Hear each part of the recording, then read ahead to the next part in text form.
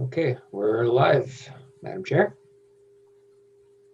Okay, welcome everyone. Welcome to the Accessibility Advisory Committee meeting for today, February 12th.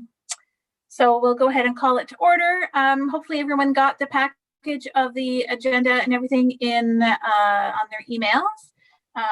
So the first is approval of the agenda for today. Does anyone have anything to add or change to the agenda? No. Nope. Okay. So would anyone like to move to approve the agenda for today? Mary? I'll approve it. And Colleen? I'll All in second it. favor? Okay. Oh, And then any declarations of pecuniary interests or general nature thereof for today? Okay. And then attached are minutes for both our minutes from November 13th, which was our last meeting, as well as the subcommittee minutes for January 8th. So I thank you taking for minutes for the subcommittee as well. Are there any changes to that? Anything that people have seen? I have a question. Could somebody refresh my memory on 7, the AAC resolution number for 2020/41? It's working with the town of Amherstburg. I don't remember that. Yeah, that was that township had put a resolution together about the information and communications standard for website content. And when we talked about it, we had discussed supporting that resolution to put forth to the province.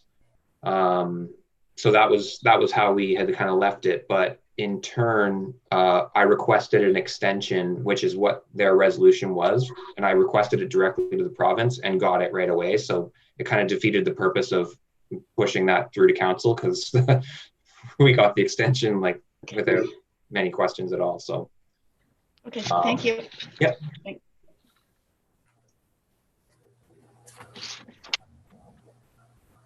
there any other comments or changes on the minutes from our last meeting?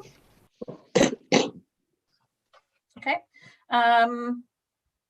Do we have to do each of them separately, Tom, or can we do it all together? No, we can do both. Yeah. Okay.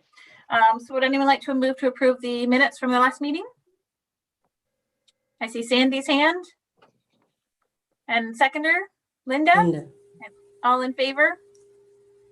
All right. So those are carried. I don't believe we have any delegations today at our meeting. No. So we'll move on to business. So that's the first one is 6.1, Accessibility Audit Initiative. So it talks about strengthening relationships with other organizations and business outreach initiative for participation in the audit program. Have you got an update for that, Tom? Well, not really, and it's kind of funny because that was sort of on? Karen's baby, right? Mm-hmm. So, I mean, those bullet points that I added there were actually discussed in the meeting, the subcommittee meeting. And it just seemed like, that was sort of an ongoing thing. So I just put them into this one for something we could kind of continue to talk about. So it's really just kind of open for discussion. Do we want to make any moves on that audit initiative, or maybe a next step or something like that? Because I think we had talked about in the fall that Karen and I were going to approach a business to ask a business about doing a trial with the audit just to see how it went. Yep. And then, of course, we all went into more of a stricter lockdown, and we haven't gone further with that. What does the committee think? Is that something we still want to pursue? Do we think it's something beneficial as an outreach to businesses to offer to doing an audit, like an accessibility audit? I think it's very important. This is Linda. Because I don't know if some of them realize how difficult it is to get into their businesses when you can't do stairs or the area is too small for a wheelchair to go through the doors. Mhm. And if it was brought to their attention, possibly they could do something about that. And I don't mind continuing to carry that forward. And maybe once we get back into a lower color zone, it could be something offered to. I have to go back to my notes to see what business we were thinking about offering it to. I think we were talking about Willow. Yeah. Just to see about giving some options for increasing accessibility there.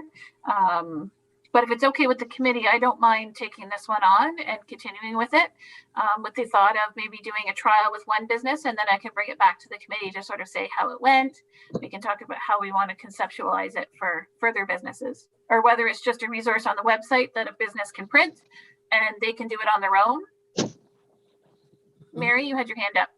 Yeah, thanks, Nicole. I like the idea that you go ahead with them, since it was suggested with Willow.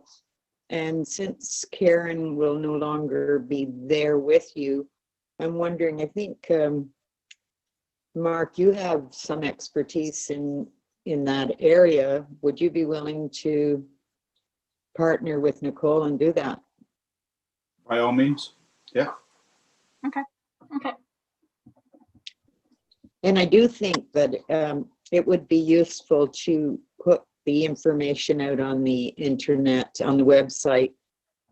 I don't know how many businesses use that website, but at least it's there. And if any questions are asked, we can at least point them to that. Okay. You could do that one as a motion if you want, like to move that gets posted to the website, and then I can just go ahead and do that. Do we want to trial it first with one business to see how it goes and then put it That's, on the I website? guess, the question. Yeah. What do you think? I think, excuse me, but if I could come in, what about something in a hard copy? Because I don't know, I personally don't go to the website very often at all. And I don't know how many businesses just, check in there every day either. And if we do have the finances to do it, could we do some kind of a hard copy where it's handed to each one of the businesses? Well, it could even be something, once we trial it, we could always go to the DBIA and the Chamber of Commerce and give them paper copies to pass out to their businesses, versus a general mailing to all businesses. Yeah, I wasn't thinking of a mailing, more of a drop off sort of a thing. Yeah, because I know that businesses want to be accommodating for those people who do have problems getting in and out of places. Some of them it's beyond their means financially, but also because they don't own the building. But there is ways that you can accommodate, even if it means that they come out and show you the latest fashion or book or whatever. And I know that the people that are running these business are very accommodating, and they have been through all this COVID. So just a gentle reminder is always good to keep people knowing that there is people that would love to shop in your store but can't get in the door. And so this would be, and then they could offer that service. They could say, please call ahead. We'll make an appointment to, accommodate you, or maybe even deliver something to you. Who knows?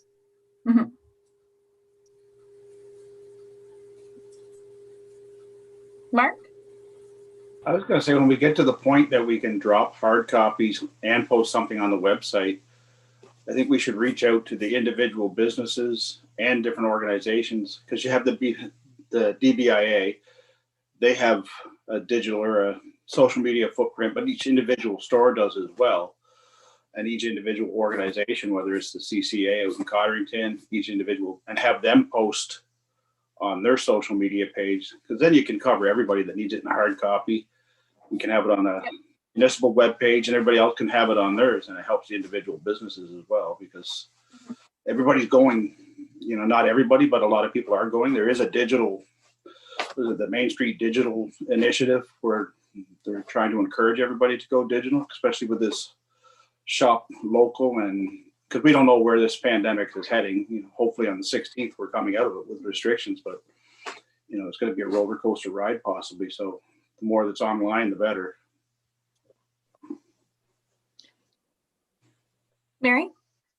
Yeah, and just as a reminder, because you know I'm always trying to push more people to use the Quinte Access bus, I think that's an area that we could talk to Quinte Access, and especially to the drivers, because those are the type of people that are using that accessible bus, would need to know where they could purchase whatever.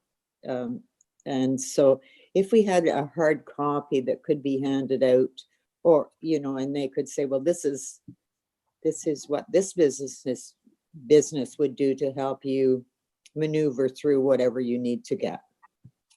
I don't think part of this is making a list of businesses for who does what or who has this accessibility needs. I think this is more just for businesses to make sure they're doing their own audits to help them with the process. Does that make sense? Well, sort of. But I still think that there's other ways that we can promote the accessibility bus then, and to help people maneuver throughout the whole municipality. Yep. So it may not be this, but it certainly should be something. Yep. Okay.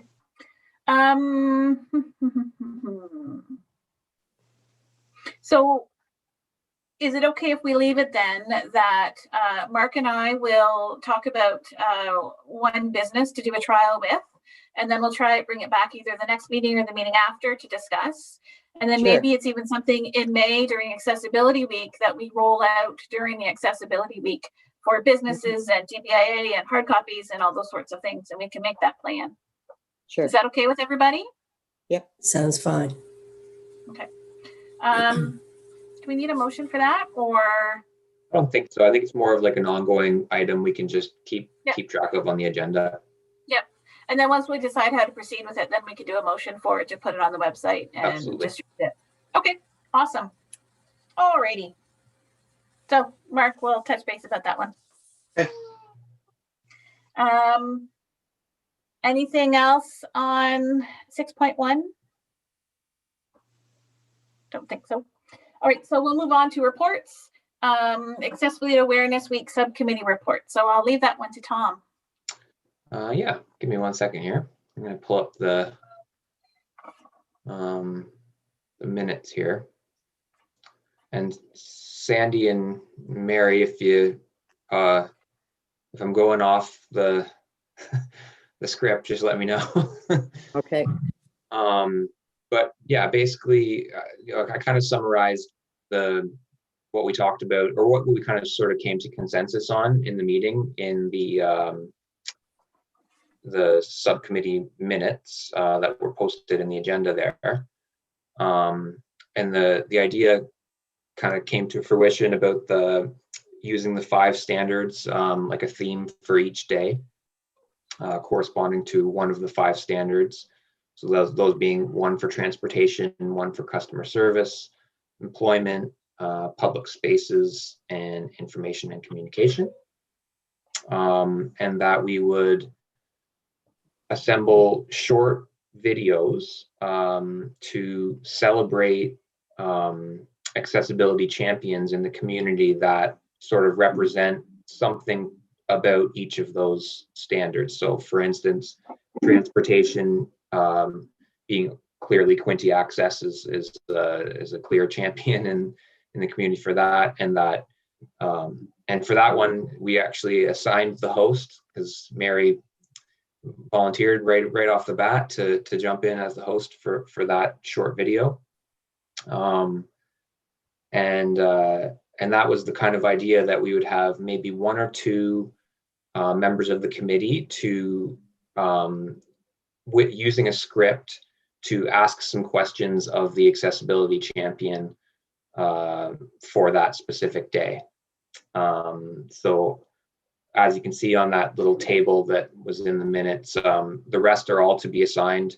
So those are sort of up for volunteers, or, oh, sorry, my dog's going crazy in the background here, guys. So those are things we would have to kind of work out detail wise, I guess, during this meeting or soon after, who would be the sort of representatives from the committee for each of the aspects. But we did identify who we thought would be good community champions. So as I said, transportation, Quinte access, for customer service, the community care organization was identified. For employment, community living. And for public spaces, we thought it might be neat to have someone from Public Works be the champion for that, to discuss all those sidewalk initiatives and the great work that's been done on that side of things. And then for the information and communication, we sort of identified, well, me, I guess, as the kind of champion from the clerk's department, and just to discuss all the stuff that we've done to like put forms, submission forms online and provide services online during the pandemic as an accessible means of communication. And we did during the meeting, we talked about maybe partnering with the Brighton Digital Archives folks, because they've got the skills in that regard. And then Mary and I actually brought that to the BDA committee meeting, the last meeting, and they agreed with the caveat that it be scripted and short. So as long as everyone's on board to kind of develop, a basic script for each of the days, which I'm glad to be a part of helping with that. And then keeping those videos nice and short, that the BDA would offer to help us with that. So that would be the basic promotion of it, would be to present each of those videos on our social media on each of the days. And then also potentially have something on the sign outside of the community center about like promoting Accessibility Awareness Week, and to check out the Facebook or something like that. I feel like I've been talking for a while about this, but I think that sums it all up. But if anyone has anything else to add, or questions, let me know. Mary? Thanks, Tom. Excellent job as always, Tom. Thank you very much. But you and I were at the Digital Archives meeting, and I think the only thing that was brought up there is they would be glad to do it, but it takes a lot of work to set up the cameras and the editing afterwards. So I think the consensus, after quite a bit of talking about it, was that they would like to do all the shoots in one day instead of coming at our convenience, because as well, I'm not a photographer, and I have seen their work, and it does take a lot of lighting and setting up of tripods and all the rest of it that goes into getting a good film. So would this committee be agreeable that at least we do the video part of it all on one day? Because they're coming up to a time in their season where they're going to be extremely busy, but they were willing to set one day to do this. So hopefully this group will agree that each day it won't happen that they'll come and do a video, but it'll be all done for the 5 different segments. Is that okay? I can't see where it would matter, because it'll all be on video anyways. It's not like, you know, in the old days, like last year, you'd have to go to the place and see what's going on. So And what does the rest of the... Sorry, I was just going to say the one other sort of piece of it is, as Mark, you said earlier, you know, like we don't know what's going to happen with this pandemic. Like, so even planning a video project is subject to facilities being open.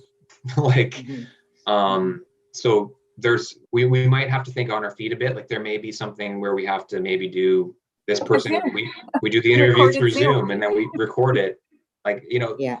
We might have to get creative, but at least I think basically what we would need to decide today is to confirm the community champions, if you guys are good with all those suggestions, because then we would need to contact those external bodies and actually confirm they want to participate. I mean, hopefully they would want to. It's good promotion for them anyway, as on the human rights side of things, I guess you'd say, or whatever. But and then we would also need to figure out who's going to be the hosts for each of the videos, because we kind of thought it would be neat to introduce the committee members to the public that way. Like it's kind of a cool way to say, hey, I'm Sandy. I'm passionate about this and I need a haircut. and I want to introduce you to this person who has done this, you know, that kind of idea. That kind of introduces the committee and a community champion at the same time. So yeah, I think if we could nail those items down, that would be a good starting place. And then we could kind of start to talk to the BDA about what the timeline might look like. And then we can, you know, start writing little scripts or whatever we need to do. I think that's Mary? wonderful. They do a great job, the couple that I've seen. So we should take advantage of their expertise to get our message across. Thank you. Through you, Mary? Nicole. I can confirm that Quinny Access is already, I brought it up at the last meeting, and they definitely will participate. And one thing about that bus is still running and has been through the whole of COVID. So the CAO, Shelley, would be able to come to the community center with the bus and be interviewed there. So I think that one we don't have to worry about whether it's shut down or not. So I think that one is well taken care of. We just need to know in advance when that will happen. And that will be up to the digital archives people when they are free to do it. So I think more than us saying you got to do it on this day, we give them a, you know, in what week, and then they can tell us which day they'd be available. Whether it's even something that is the end of April, right? And then there's lots of time to get them organized and finished up. I know I don't mind doing community living. Their office is right beside mine in Campbellford, so I don't mind doing the community living. Thank you. Does anyone else have a burning desire for any of the other ones? I don't mind checking in with community care if I don't know what I have to do, but I used to do a lot of activities through them, so I'm aware of what they do. Okay. Sticking my Tom neck out here. already volunteered, didn't he, for communications? We do need someone to interview him. That's the only problem. I can't do both. Or I mean, I guess I could. It would look pretty weird though. Well, we'll get your twin COVID Mark to do that. compliant. How's that, Mark?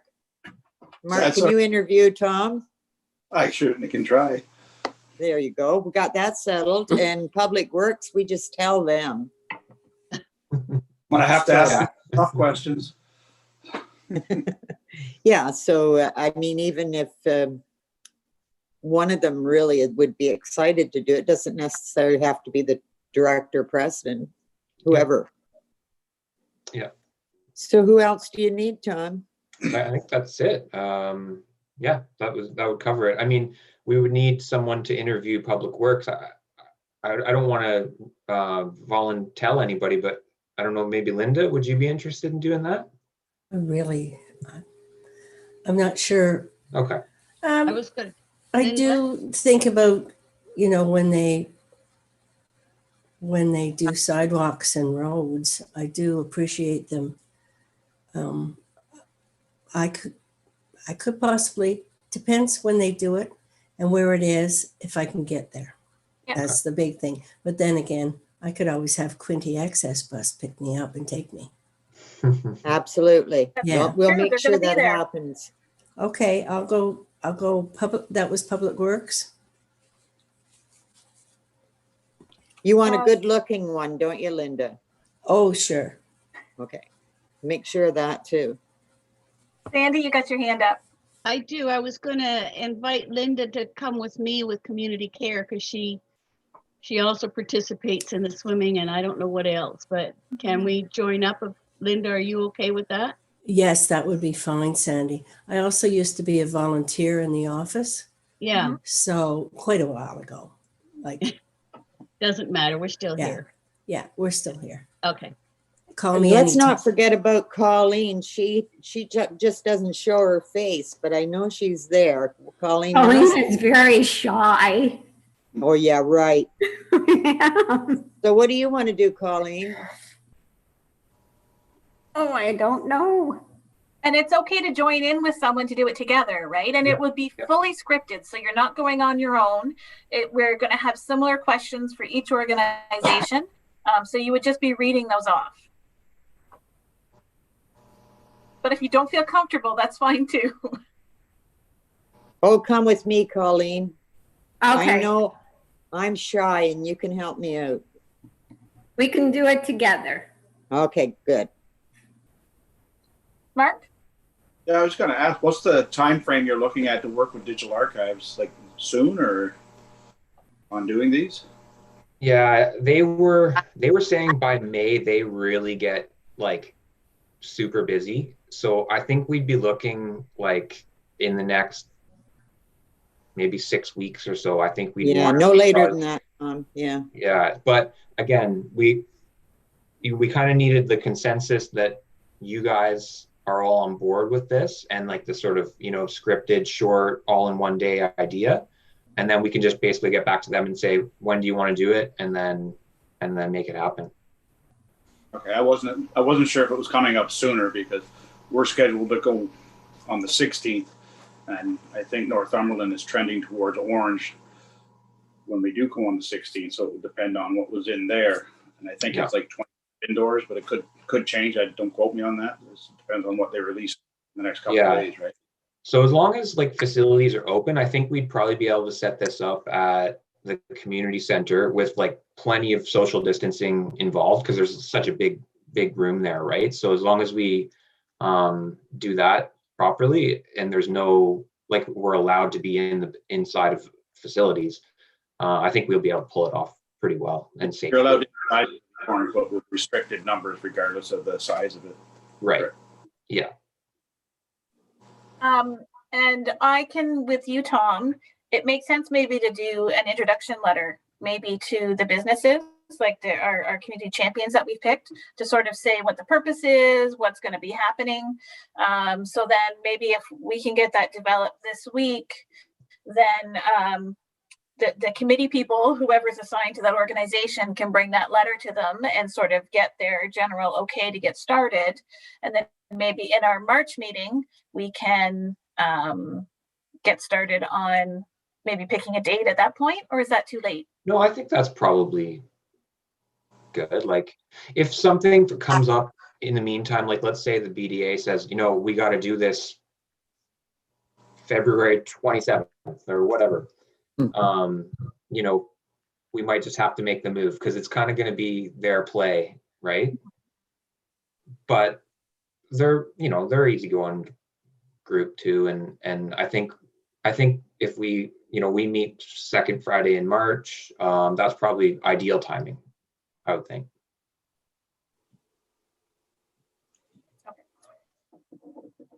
Mary? Mary?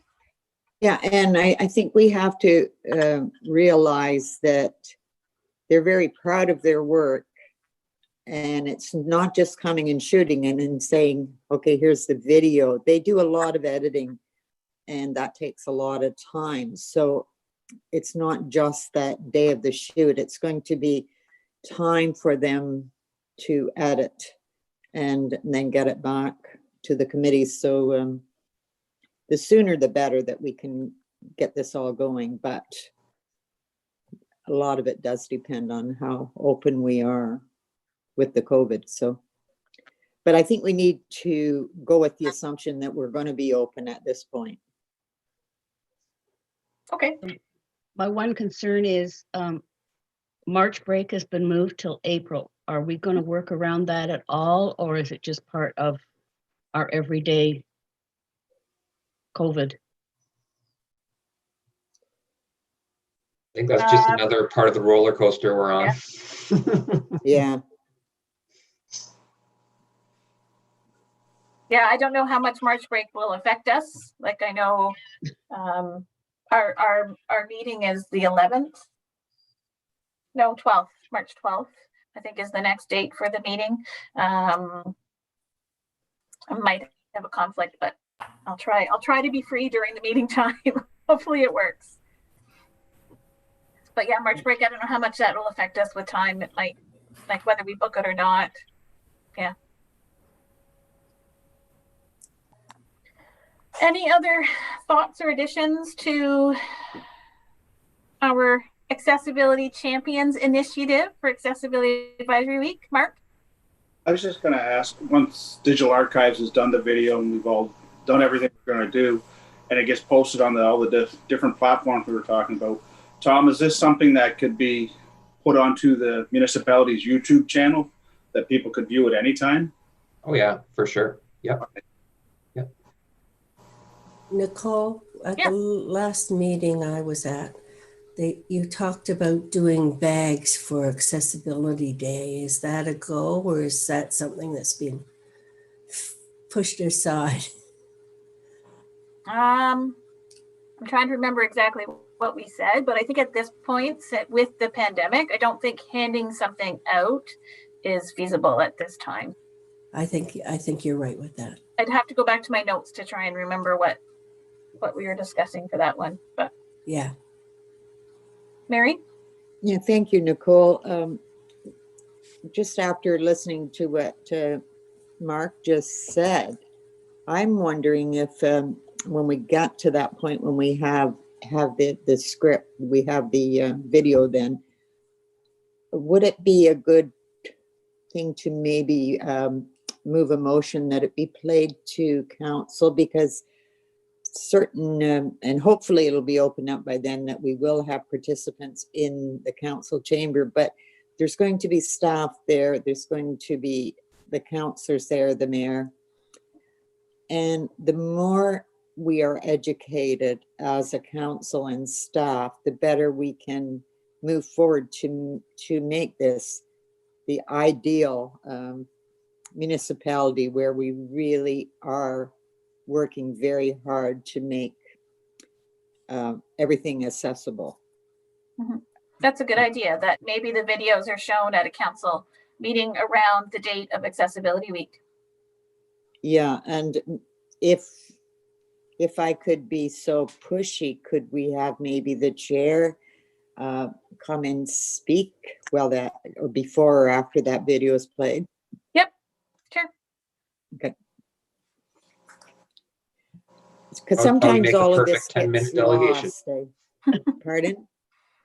I said that would probably make a perfect 10-minute delegation. Oh, Yeah. got to make sure none of those videos are each 2 minutes, because then I have no time. Yeah.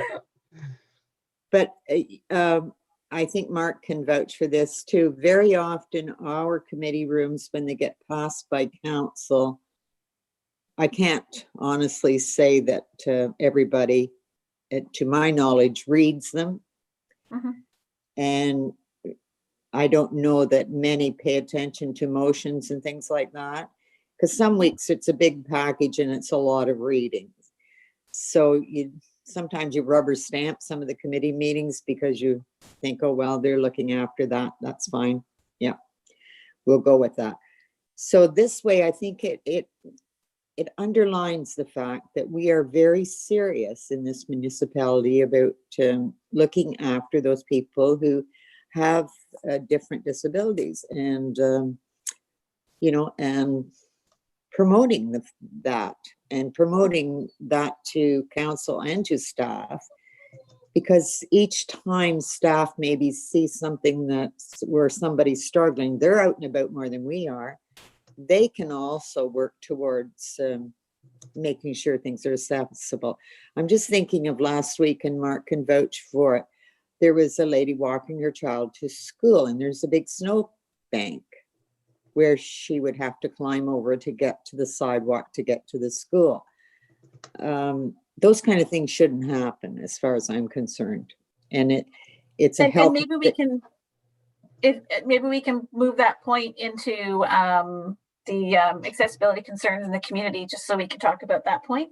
Right. So that's the kind of things. I was in on Main Street, and this elderly lady said to me, how am I supposed to get to my car? There's a snowbank and I can't walk that far to go down to the crosswalk.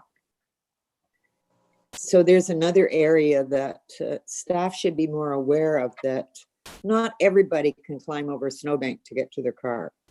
And I think those are the kind of things that when they really realize that people are struggling, then that's another area that they'd be more cognitive of looking after. Yeah. So that's, I'm not going to whine anymore today, okay? Not at all, Mary. But yeah, I think definitely letting council know and putting it, maybe we can add it to the promotion piece where we bring the videos directly to council. Okay. Go ahead, John. I was just going to say, maybe we should put this one as a motion. I've got a sort of one prepared here. That the committee receive the Accessibility Awareness Week Subcommittee report and move forward with the Community Accessibility Champions Initiative as discussed. Good. I'll put that forward. I'll second it. Mary seconds. All in favor? All right. Okay. Good. That's a good plan. I look forward to seeing how that rolls out. Okay, anything else on that one to discuss, or have we got a plan? Okay, Tom and I will do up a note to send to agencies, and we'll get that out to you as soon as possible. So then each individual can connect their agency and just get a confirmation that that would work for them. Sorry. The new dog? Yes. Yes. And I've done meeting days and she's like slept the whole time. So I don't know what's up with her today. We'll move on to accessibility concerns from the public, if that's okay with everybody. Just had a quick question. Yep. When is Accessibility Awareness Week? It is usually the last week in May. Okay. So from just going from a calendar, I think it would be the week of May 24th. Do you have a confirmed date for that, Tom? That sounds right. Okay.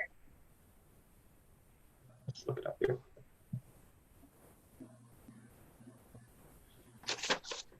It is.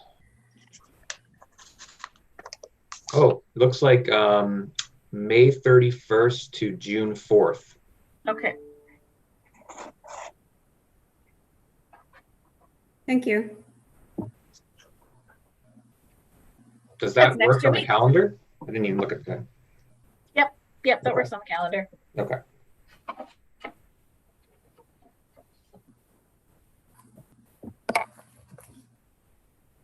Cool. Sandy, yep. Yeah, will we gonna draw who's gonna draw up the questions or whatever that we have to put towards the people that we're going to be interviewing? Do we leave it an eye for hours, or I think we should maybe come up with a general Pardon? Like Go I ahead, think Tom. Nicole, you're sort of getting at the way I was thinking of it earlier. It was like sort of like a kind of like a core group of questions that you would just ask each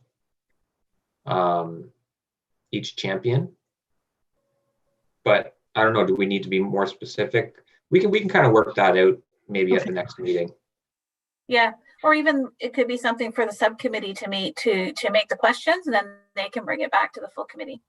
Yeah, that's a good idea too. And I don't mind, I can sit in for Karen's spot on it, so. Okay. Thank you. Okay. Anything else on the accessibility champions? Alrighty. Okay, we'll move on then to accessibility concerns from the public. So the first one, 8.1, update on previous accessibility concerns from Public Works update. So I think that was in your package, but maybe I'll let Tom speak to that. Yeah, so basically I just, put the bullet points from our, I think, November meeting. I sent them to Preston, the Director of Public Works, and he wasn't able to attend the meeting today. So he just gave me some responses to each of those items. So I just kind of made that table for you guys to have a look at. I don't know if you want me to read through them, or was there any that in particular that anyone wanted to discuss?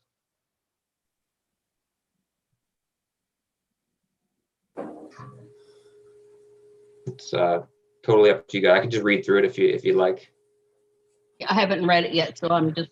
Okay. So the first one was safety of sidewalk grates on Harper Street. And response there was that the grates are monitored regularly.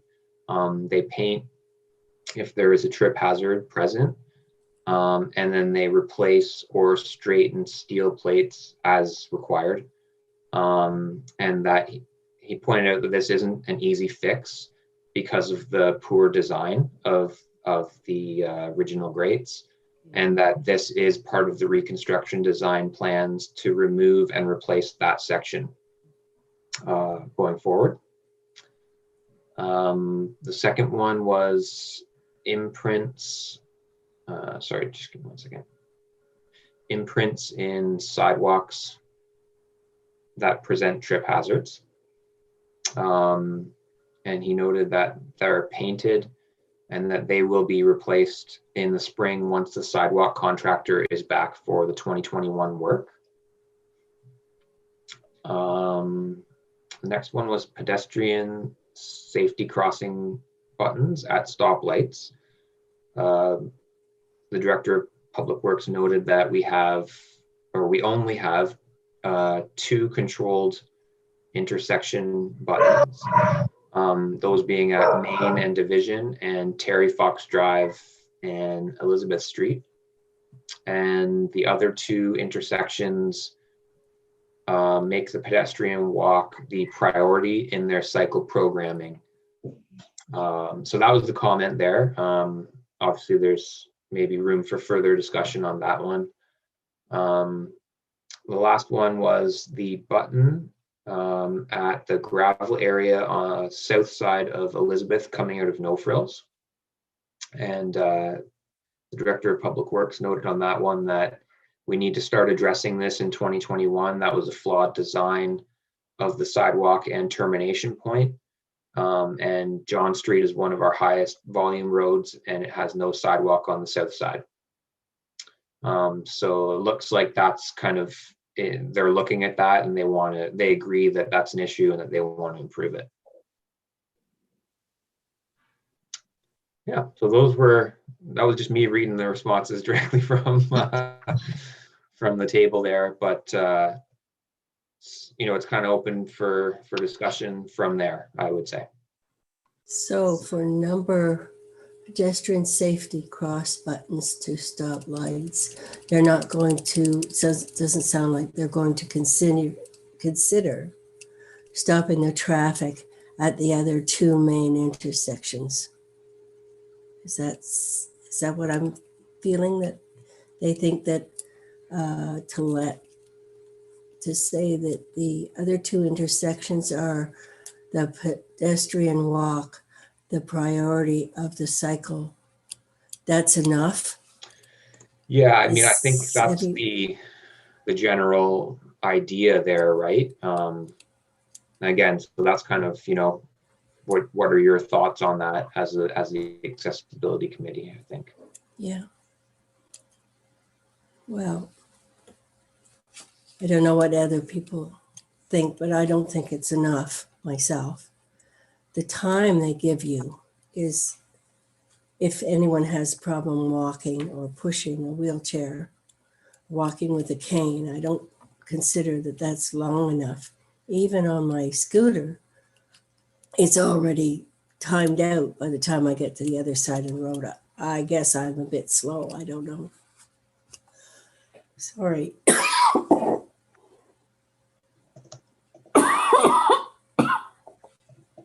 If I mute this, I can't get it back. So that's why I'm sorry to say.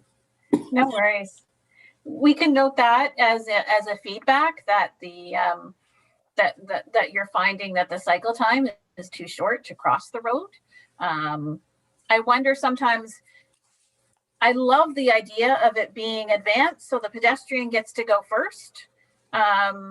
I know it switches pretty quickly to the blinking hand and it's got a long time to go down, but I wonder sometimes if that blinking hand coming on within, 10 seconds stresses people out, even though they got 20 more seconds to go across. I wonder if sometimes that makes people stressed, thinking, oh my God, I got to get moving. I got to get across. Yeah. Mary, did you have a comment? Yeah, I noticed that last week or the week before when I was crossing there, it doesn't give you a lot of time. And I'm walking a lot better this year, as you know, than last year with my hip replacement over with.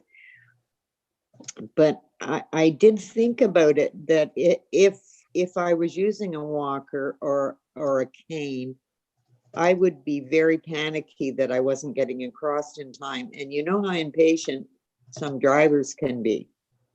So I don't know. I think that I know that they adjusted it all and it is better than what it was. But I can sympathize with Linda that it really doesn't feel like a lot of time to get across there. And really, does it hurt somebody to lose a few seconds to turn that corner or go right, south or go north? I think to accommodate those that are struggling, a few more seconds would certainly rest them and help them not to be so panicky. So yeah, I would agree with Linda. It doesn't seem like enough time to me. Okay. Well, maybe that's feedback, Tom, that you can give back to Preston. I don't know what the standard is for the amount of seconds, it's standard to give pedestrians to cross. So maybe that's something just to check with Preston. Yeah, no, I was thinking too, depending on what you guys thought, obviously, like maybe I think it would be helpful to request specific items to talk about from the Public Works, for instance, like instead of like, here's 4 or 5 different things we want to talk about, it's like more like I think you could probably request a report about like, the transportation, like those elements of the transportation program, like to kind of really get an understanding of, like you're saying, why are the timings set for that amount, and is that for flow of traffic? Would that impede another element of the transportation flow? To get a really good understanding. And I think that's something that you guys could do as a motion to request that report. Is the committee interested in that, in getting a copy of that report to review?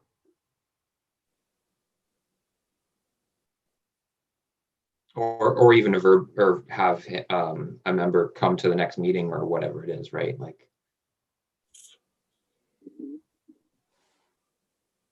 Mary?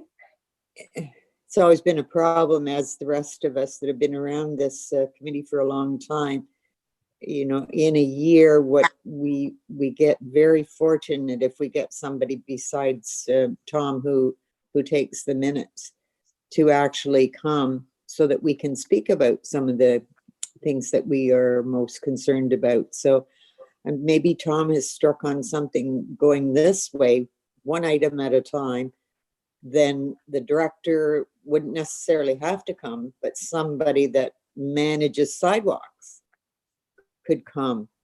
So I think it's a good idea, Tom, and maybe that way we can get a little more participation from Public Works. Because it does seem a lot of the time we're just sort of blowing our complaints into the wind. I know, Mark, you had your hand up, and then it's Sandy. I was just going to ask, in the past, during Accessibility Week, you've set up, whether it be in the community center or wherever, and people could try to navigate so they can get into the, what it's like to have a walker or a wheelchair and stuff and navigate. Would it be possible, pending protocols and stuff and following everything that would be in place at whatever given time we did it, to go to some of these hotspots like this crosswalk you're talking about and seeing if somebody from Public Works or whatever department it pertains to and do an in the field type thing like that so they can see firsthand what it's like, because I think that drives the message home even more. Because saying it takes X number of time, let whoever the participant is see it firsthand what it's like, because it's not just walking across there, it's looking in both directions, wondering if a car or a truck or whatever the case may be, because you got to have eyes in the back of your head. I've been doing a lot of walking, and you know, the sidewalk could be in perfect condition, but you still have that factor that makes you hesitate, which makes the time go quicker, because you got to make sure before you take that first step forward, yes, or whatever it be, that you've looked 600 directions, because I've almost been hit myself 3 times in the last month. Once just at the Royal Bank, where I was walking with the crosswalk sign and somebody was turning left on the green. You know, they were waving apologetically out the window, but it wouldn't have helped you much if you had got struck, right? Yeah. And on a couple of the other points, Tom, you were going over the stuff. On Harper Street, we were talking about the metal grates. And I know it's not a quick fix down there, because I don't know how, Mary, you could probably tell me when those sidewalks were put in, but those sidewalks are a little bit different, I have found in my walking, because there's some not severe, but bigger elevation grades to the sidewalks down there than anywhere else I've seen in town, where they dip down quite a bit for the driveways and then dip back up. I think it would be hard for anybody in a walker or a motorized scooter, because there's a couple spots that are just the way they designed them for the driveways. If anybody's not been down there, I encourage you to go down and have a look at them. Like, the sidewalks are in really good shape in those sections, but it's just a little bit of a weird design. Okay, Sandy, I think you had a comment. Yes, I would like to get back to Linda and the lights, the delayed lights. And I don't recall, do we have signs on those delayed lights saying delayed green? And I'd like them to say delayed green for handicap, because it's just, it seems to be a pain in people's butts if they're in a hurry. But to have that extra notice that it's a delayed green, and say for handicap or something, so that it's like, slow down, boys. There's somebody coming that really needs this extra time. They always seem impatient. And that might be something, if we specifically ask for someone from Public Works to come and speak, you could bring that up to them. I know there's lots of discussion about the amount of signs that are there. Yes. So yes. that might be an issue, that there's so much to read. And it's not even just specific handicap or accessible, it's for all pedestrians at that spot. Yeah. You know, but I mean, I think delayed they know that it's for pedestrian safety or something like that. Mary? Thanks. I think Mark's come up with a good idea, and Nicole, I think you were there when Sandy definitely was, the year that we,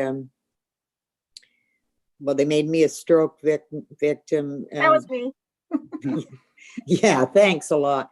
And the former mayor, he had an awful lot of different disabilities, but I noticed after that our mayor was very conscious of anything that was brought up to do with disabilities. So I don't think necessarily just Public Works.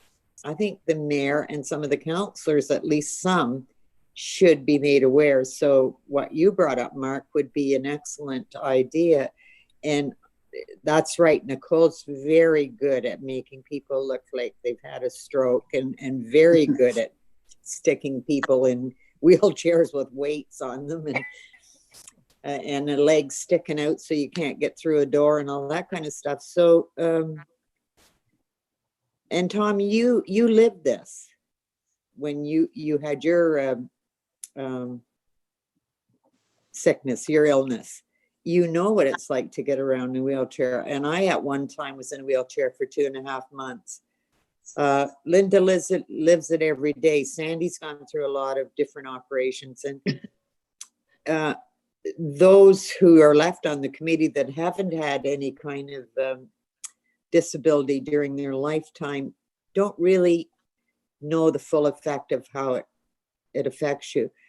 The other point I wanted to make in all this, it's not just mobility, it's what you see when you get to those lights. And there's some people that are legally blind that are crossing there. How scary would that be? There's other people who, even with hearing aids, hear very little.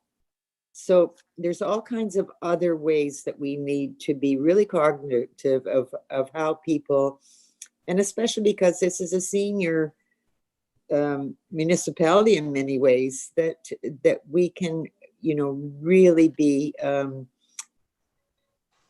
aware that we need to up our game all the way around. And there's so many other things that come into people that suffer with different disabilities. So I think we need to do the whole gamut. I think my only point is I'm cognizant of time because we do have the business audit thing that we have going on. Plus we have Accessibility Week going on the end of May. So what's everyone's thoughts on proceeding with this point? Like, is this something maybe in the summer, fall to try, or is it urgent? What's everyone's thoughts on how to proceed on this one? Mark got his hand up first. I would say, based on the COVID situation now, plus it's wintertime and the roads are slippery, I wouldn't want to do something in the field, even if the COVID restrictions allowed, because it's a little bit more dangerous, because if somebody with the ice and the snow on the road, I think summer, fall, when the roads are in better condition for being out, because you don't want to do something trying to highlight accessibility and safety and then harm somebody while doing it. So. Mm-hmm. Mm-hmm. I agree. The fall and the summer than the fall is easier to get around for everybody, and to show people that we're looking into this is a good time to do that. Okay. So maybe we can leave it as a standing item on our agenda. Do people? Sorry, Mary, you had your hand up too. What were you? Well, I was just thinking, because Mark was so keen on doing this, and you and he are partners for the audit that's going to take place, and then you won't have anything to do. So do it in the fall, and maybe you two could take the lead. How's that? You're not committing, I know right now, but I mean, it's a good suggestion, don't you think? Well, fall might be a little busy for Mark with hockey starting up again. Oh, I definitely can volunteer in the summer and the fall to go with any committee that's together and wants to see how long it takes. And, and I think we could get our present mayor into a meeting or two. We used to have the mayor that was here before come to our meetings occasionally. And I think that's why he took a bigger notice of our day. He came out and came to our meetings and really got into the swing of things, of making things, taking note of it. Oh, what am I trying to say? He was interested in what we were saying, and we haven't had the new mayor, maybe we could get him to come out and get more interested in some of the things we're looking to have done.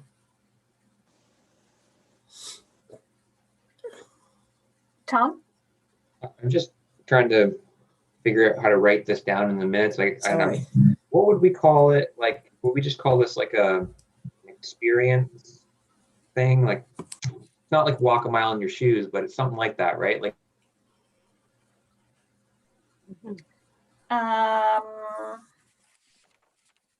Hands-on with disability?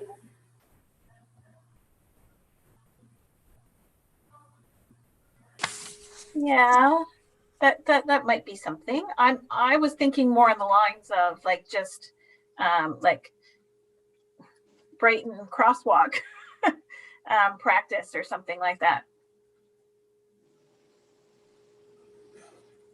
Tom, I think you're frozen. Yeah. He's just frozen. He looks good frozen, doesn't he?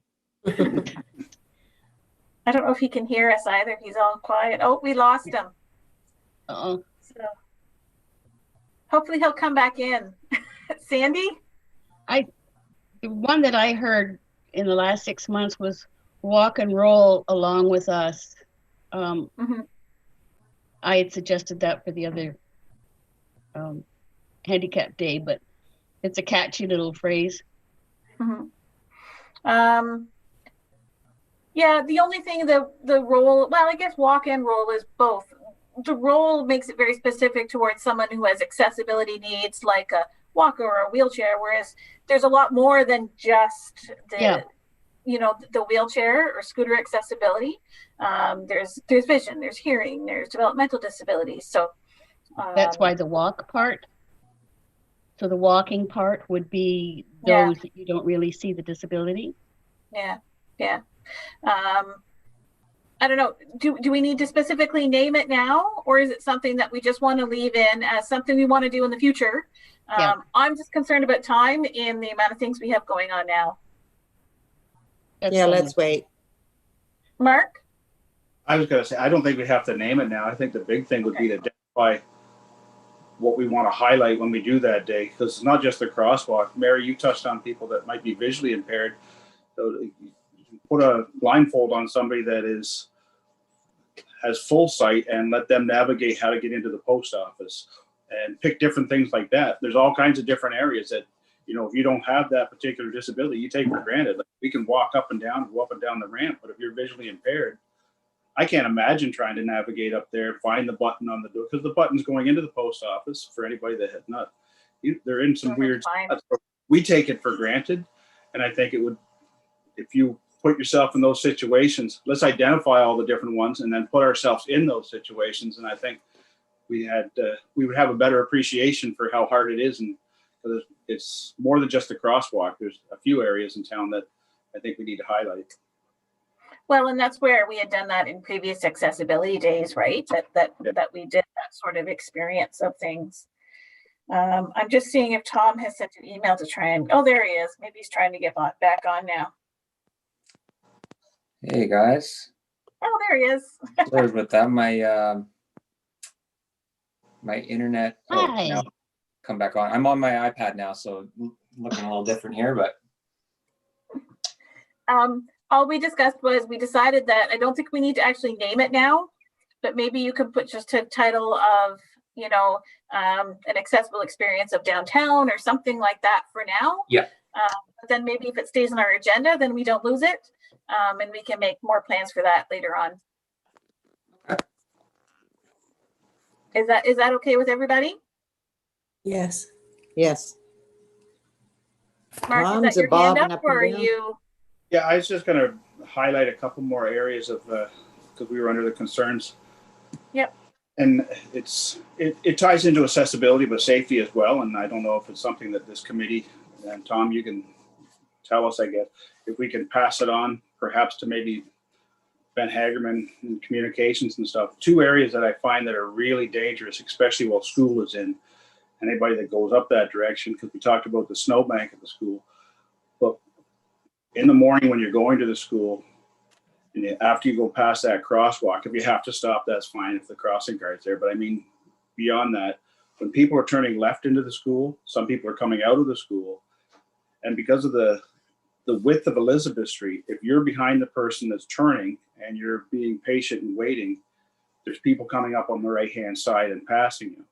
And then when you get to the stoplight at the intersection of Pinnacle South, which turns into Veterans Way when you go north, they're passing you there as well, because you could be behind somebody that's turning left onto Veterans Way and you're going to be going straight. And as you start to proceed straight, you've got cars flying past you on the right. So now you're having to watch cars on your left, right, center, and for the pedestrians, it's a nightmare because you're not anticipating, because they made that little lane where you can go straight, but then there's a small little short section that if you're in a hurry, you go around people. I think it might be beneficial if, I don't know if this committee can put it forward, like reminders to be on the watch out for people walking and driving, especially now, because I wanted to touch on that too. There's so many people out walking right now. And with COVID, and people are being really good about it. You're going down the sidewalk, and if somebody's coming the opposite direction, one or both parties are moving. So I think we have to be aware of that too. I don't know if this committee can ask or put something forward to have safety reminders out for those hot spots on Elizabeth Street. If anybody's never been up there to see it, you'll be turning left to go down Veterans Way, and you know the next car is going straight, and all of a sudden everybody's passing them on the right. But there's also people walking at the same time. I think it's a recipe for disaster right now, because not everybody's patient when they're driving. Yeah. I thought the rule was that vehicles weren't supposed to pass you on the right. Am I wrong with that? Well, there's rules, but it just depends But who if follows people them. follows them, okay. Yeah, but Veterans Way and Main Street, right, Mark? Yeah. No, You're talking about? Yeah, Terry Fox is the one at the high school. yeah, Oh, Terry. yeah, Sorry, Terry Fox is the one. not Terry Fox, not Veterans Way. Sorry, Terry Fox. Okay. Then turns into Pinnacle Okay. North. That little section there, because they made a little lane that is on the south side. So if you're at the stoplight and you're turning left, you'll have someone beside you. But sometimes Yeah. you've got two there going towards Pointy West, and then they're racing to that spot. And then if you got someone walking across the road, the vehicles are too preoccupied on who's going to win the race. And, Yeah. you know, I just got mixed up with exactly where Yeah, you were. right. Thank you very much for clarifying that. and Thank at you. the public school, same situation, because people are trying to pull in and pull out when they're dropping off kids. And if you're waiting patiently behind somebody that's trying to pull in, cars are flying by on Yeah. your right side. Elizabeth Street's a very busy street. I know from living here, you know, it's very busy for traffic, and especially when there's an accident on the 401, we have tons and tons of traffic, and they do not follow the safety area, and they do not follow the speed limit. So that's where those things happen. Thank you. And Nicole, if you permit me, Tom, could I mention one more safety thing that I noticed this morning? When I was out for an early morning walk, the intersection, when you're going down Main Street towards the Royal Bank, that crosswalk right there, if the committee or Tom or somebody passed it on to, I don't know if it's Public Works that's responsible, the sign that says walk or stop, it looks like it's illuminated in both at the same time right now. So I don't know if it's a malfunction or if it's, so you'll see the hand is lit up and the stop, not the walk guy, is up at the same time. It's Oh, And which spot was that? right at the Royal Bank. Okay. Heading west.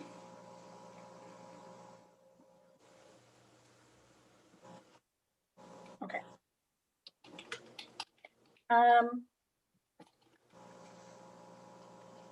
Yeah, and the only other one I had was the usual winter one of snow removal, just to make sure that there's still snow removal going to be happening on the sidewalks of Main Street so people can get to their cars. I'm sure it's on the list to be done. I don't think I've seen it done yet this year, but we haven't had multitudes of snow yet either, just a little bit. And then what Mary had been talking about earlier, the woman who was complaining about the sidewalk at the school. not being able to get into the school. From the bottom of the crosswalk towards the school, that's full of snow. It's still snow on there today. I've been watching it.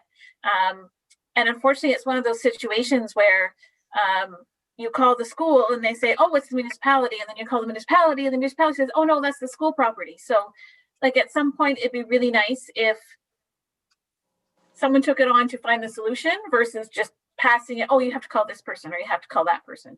Because yeah, it's right at the edge of what the town does and what the school pays someone to come in. But it would be nice to get that sorted out just so that doesn't keep happening. Yep, for sure. Because yeah, there's tons of people who walk on that every day, and right now they're walking on the road because the sidewalk is full of snow. Mary? Well, heaven forbid that somebody gets hurt badly or killed there, because this has been an ongoing problem.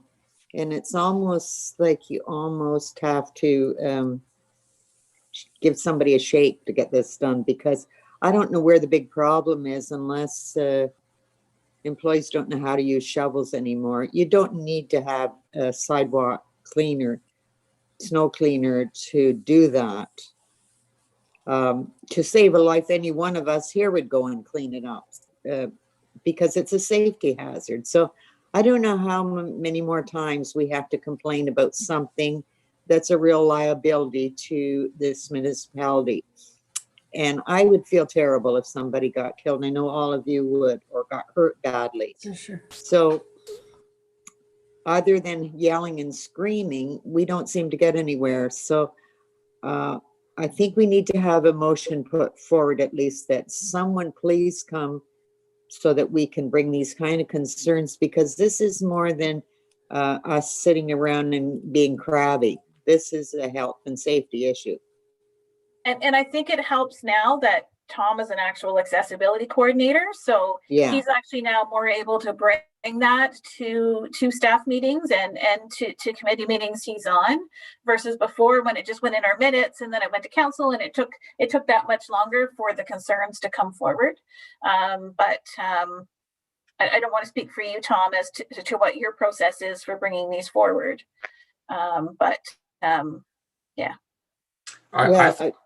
I find it's easiest to just communicate directly with, most cases it often is Public Works, but I just send the notes, right? And I just say, like, these are the things that are being talked about, because then it kind of just spurs them to either include it in their plans or whatever they're working on right now, or bring it, as part of something that needs to go to council from there for a decision, right? Mm-hmm. Yeah, like, rather than us saying it, that we recommend, or the committee recommends that council direct staff to do something, that's like the long way around it, right?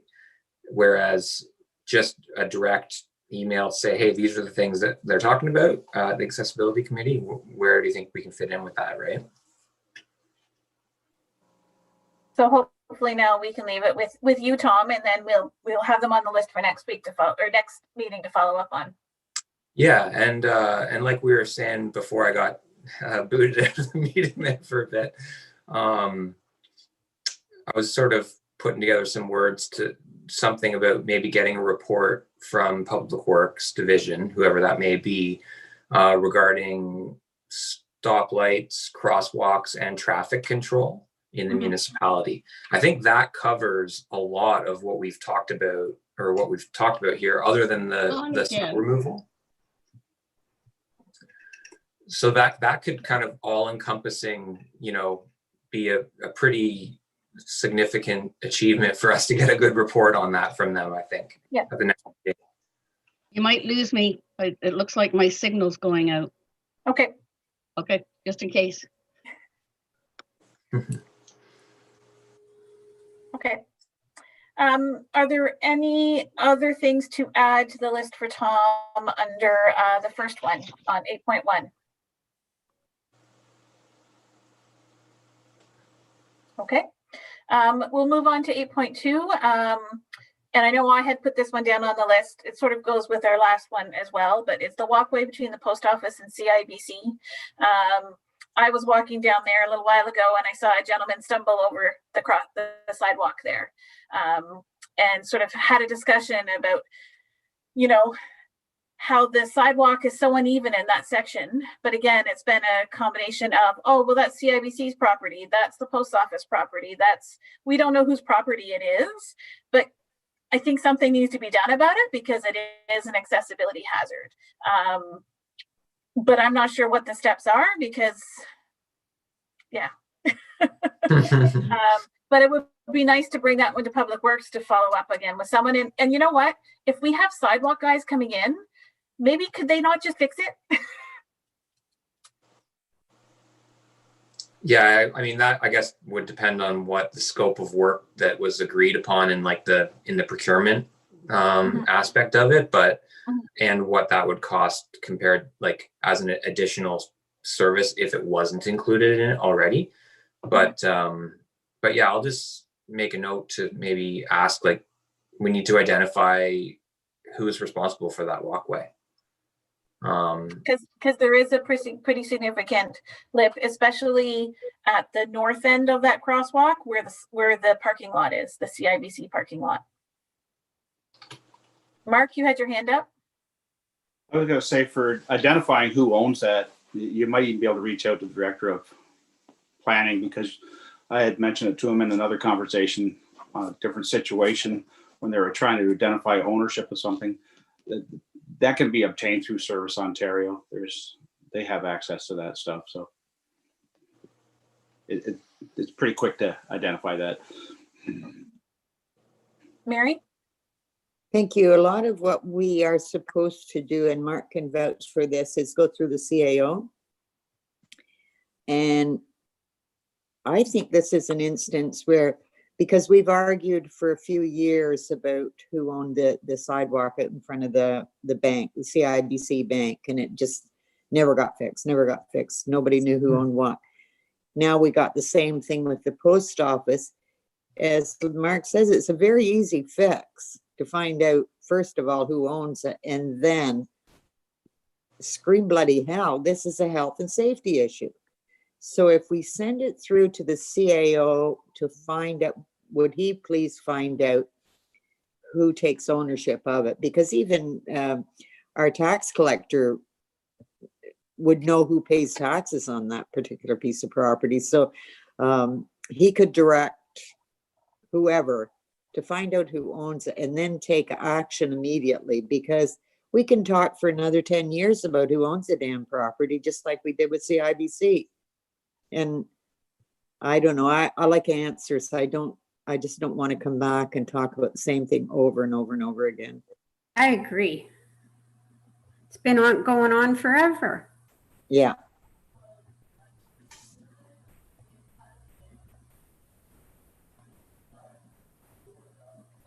Okay. So Tom, can we put that one on your list to follow up with someone about, just to sort of say, it's a concern, it's still a concern. You could probably go back on our list for the last 10 years and that area has been on our list. Okay. Closer to 15 at least. Okay. Yeah, for sure. And then, under 8.3, I had put down community mailbox locations. And I know Tom and I had sent an email to Tom, just sort of the background for it and what I was thinking. And this might be more of a planning thing for new subdivisions, because I don't think there's anything that can be done now. Again, it's not us that puts in the post office box locations down in the newer subdivision, but someone did reach out to me with a concern because she was watching a neighbor. And a neighbor actually has to drive. I drew it out on my whiteboard, so maybe we could see it a bit better. I don't know how you can see it. What an artist. Look at the artist. Hey, this is me doing virtual therapy. So this is the street, there's a street, there's houses, and the community mailbox is here. So a gentleman who lives down the road has to drive down. He has an accessible van. But because this isn't close to an edge, he can't get to the mailbox from the road. So he actually has to drive to the end of the street, get out of his van, go down the sidewalk to get his mail, then go back, and then to his to his house. So again, I don't know if this is a planning thing for maybe when they're planning new subdivisions, that there needs to be a requirement of, you know, accessible curb right there so they can access the post office box. But yeah, like I don't think as a committee we can put out a recommendation that all of these post office boxes need to have an accessible curb because they're already built. And I don't know whose that responsibility is or anything, but I wanted to bring that concern forward that that's an issue when you put a post office box in between houses that doesn't have clear access to the road. Yeah, so I did actually reach out to the director of planning on this, and he provided some insightful comments actually. The short answer, like my question was, you know, whose sort of jurisdiction or what's the process for establishing those locations basically. His short answer was yes, we do have the ability to dictate where those locations are. So we tell the developer basically, or we can tell the developer where we think they should go. That maybe that in the past that hasn't happened. We don't, he wasn't too sure about if there would be even a potential process to move them. I don't know how far that we could take that part of it, but for new ones, you're absolutely right. We can control that. And he noted that it might be good for the committee to research best practices and standards at other municipalities, to see what other, like, see if any standards exist, you know, at another municipality. And that maybe that would help us develop our own standard or guideline for that, so that we can just push that forward in every new plan that comes through. Okay. Mark? Just on that, if I could even take it a step further, and hate to add something else because there's already a whole bunch of stuff we're working on. Instead of just identifying the one, it might be good for a subcommittee or somebody to go out and identify where all the group boxes are currently, not just where we're going to place new ones in the developments, because that can fix everything going forward. But a lot of your group boxes were put there, and then the number of houses that were there at the time those group boxes were put in, it's significantly higher now. So at the time they were put in, it was probably the ideal location, but based on the growth, it's no longer. You look at Elizabeth Street, because we were talking about that earlier, look where the group box is on Elizabeth Street. And the traffic volume when that was put in was probably significantly lower than the traffic volume there now, where people pull off and then have to try to merge back into the traffic depending on how busy it is. And I think it would be good to go around and identify where all of them are and maybe take pictures. And if you're going to look at one, you don't want to try to fix the same thing, but just in different locations for the next 3 years. Just identify any issues and then sit down, whether it be with Director of Planning and Public Works, and see what can be done going forward. So I think a lot of these boxes were put in the older subdivisions at a time when they weren't nearly as built up as they are now. Mm-hmm. Yeah. So kind of get an inventory for it is what you're saying. I would, because then you're doing it all at once. It's not going to happen instantly where they can fix them all at once, but why fix one when there might be another 25 that aren't in an ideal spot? Mary, you had your hand up? Yeah, thanks, Nicole. I think the solution to moving forward is easy because we can put that in the subdividers agreement. And the planning department would be very aware, and the building officials. It's what Mark says, but I don't know if that's a job that we do. I think that's more, Mark, that it would come back to Public Works. It may be something where a student could be hired to do the whole inventory of every box, because I think of this one down here. I don't use it. I tried to use it and my mail never came to that box. So, but I notice other people, and it's dangerous there now that there's more people living at Gosport and using it. Yep. So it's not just here and there. I think there's an awful lot of issues all over the place. So if if indeed they could get a grant maybe to hire a student to just do that. And then the staff could prioritize where they wanted to work. Then it could come back to budget deliberations and set apart so many each year. That kind of a way of getting it done, because we wouldn't be able to do them all at once. Everybody agrees with that. But we could do the ones that are the most seriously affecting people in the area, and then go from there. So I don't know what the rest of the group feels, but I certainly would encourage Public Works to apply for a student for something like that. And we could also put a motion forward, Tom, that the committee sees that as a real need, and that we hopefully that Public Works could move forward to get that looked into. I don't know if you want to do a motion. I don't know. What do the rest of you think? The only thing I'm a little bit leery of a motion on this, because there is a jurisdictional issue here, because it's Canada Post, right? Like, we don't own those mailboxes. So, and that's what the director of planning was sort of getting at, where like, we don't really know what the process would be to move it. Yeah. I think we have to communicate to Canada Post in this. It's kind of like cross-departmental and jurisdictional, who kind of like have to have like a fulsome approach. So I feel like we kind of need to collect a bit more information before we can put a motion, because I don't want to promise something we can't do, right? Like, and I think I like the idea of finding out where they all are, thinking like the ones that are already in place, and doing a survey to find out where they are and what the accessibility, like how many of them have accessibility areas. Because it might not even be in moving the post office box, because even if you move it, I think the accessibility issues are going to be the same.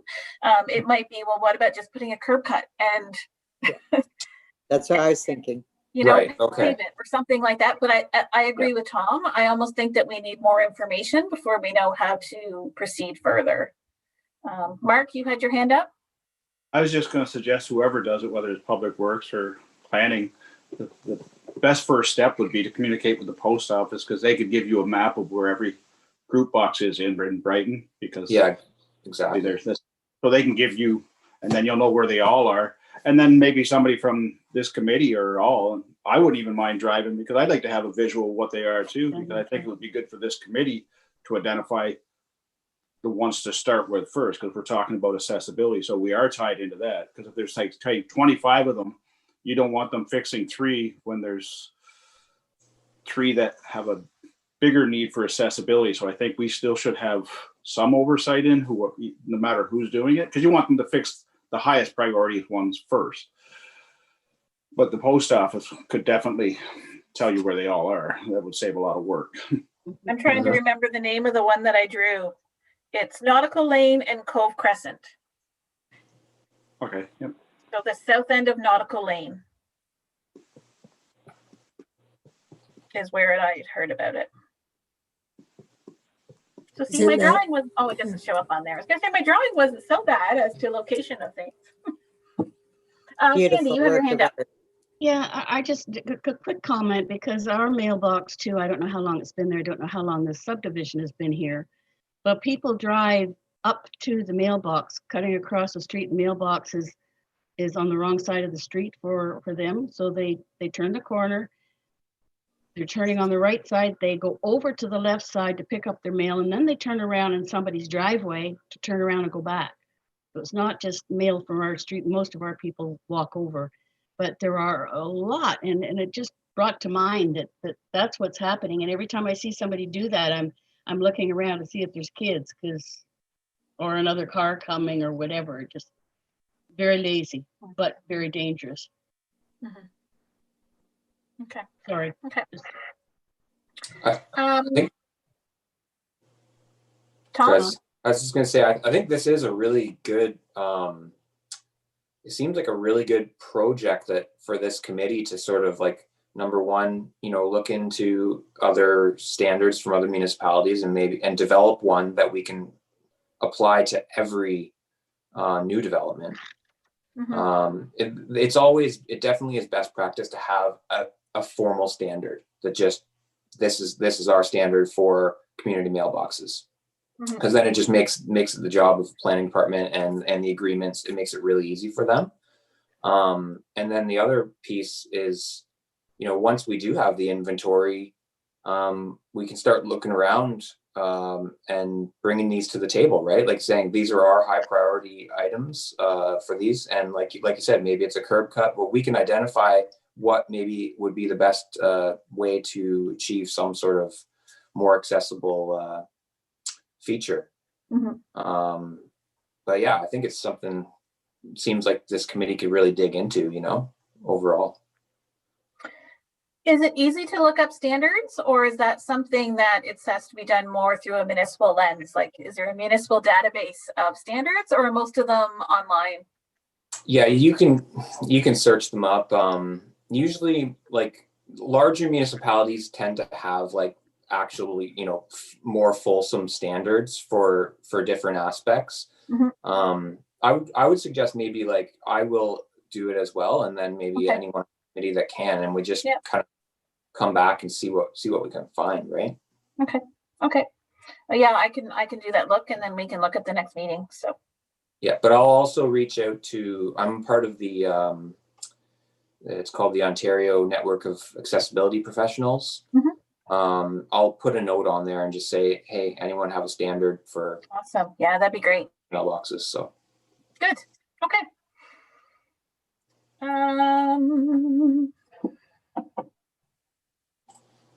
Is there any other discussion or thoughts on that one before we move on? I'm just cognizant of the time, so. Okay. I don't believe we have any correspondence to go through. No. Tom? No. I don't. So then the next would be our next meeting date. So if we pick the second Friday of March, that's March 12th at 10 a.m. Does that work for everybody? I'm fine with that. Okay. I should be okay. Our work is having an audit on that day, but hopefully they're not going to need to be in Campbellford that time, so I should be able to make it. So, and then it's consistent for everybody having the same day. Okay. And I guess all that's left is adjournment, unless anyone else has anything else to put in. Oh, Mark's got his hand up. I just want to make sure everybody on this Zoom meeting heard Councillor Tadman say, I had an excellent idea, because that's the first time I've ever heard her say that. Tom, did we record this meeting, Tom? It's the first time record I've had it. an excellent idea. Okay. I just want to make sure. I'd like to adjourn because that's just too much for me. All right. Okay, Mary. Anyone second that? Sandy? All in favor? All right. We can adjourn. Bye, guys. Way to go, Mark. Bye. Thanks.